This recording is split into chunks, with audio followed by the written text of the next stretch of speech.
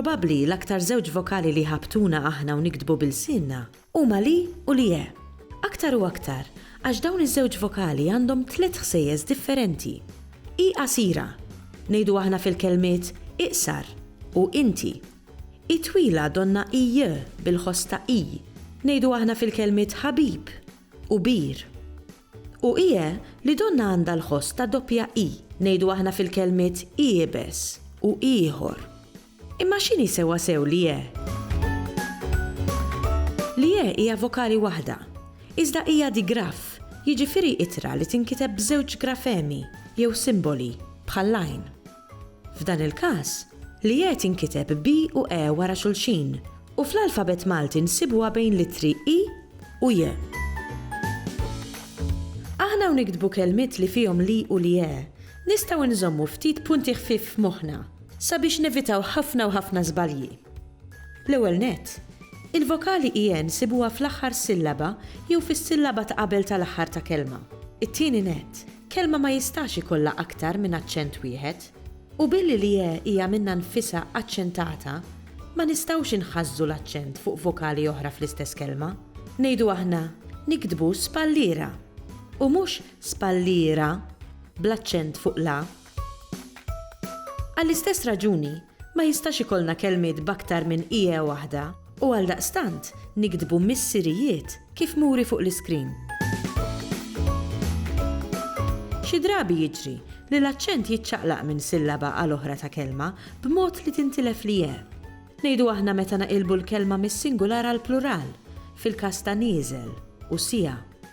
Fiż-żewġ każijiet, l-aċċent jimxi mill-ewwel għall-aħħar sillaba b'mod li li je tinbidel għal i. Tajjeb inżommu f'moħħna wkoll xi punti dwar l-użu tal-vokali ije fin-negattiv. L-inqas kelmiet problematiċi huma l-verbi monosillabiċi. Jiġifieri dawk il-verbi li jkollhom sillaba waħda. Billi f'dawn il-verbi ma ssir l-ebda bidla.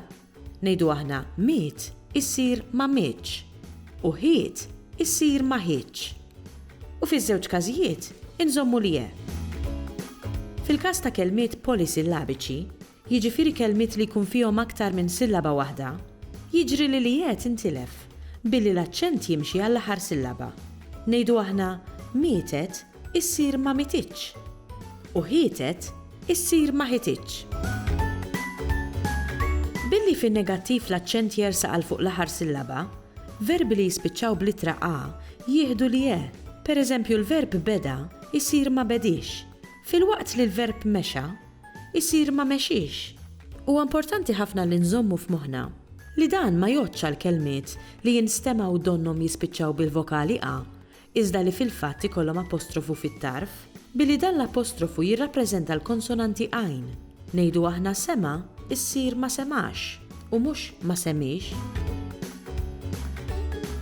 Punt ieħor li għalih iridu noqogħdu attenti huwa meta li tinserta qabel il-ħsejjes ħ jew ë, billi f'dawn il-każijiet hemm ċans ikbar li tiġi pronunzjata donna ije.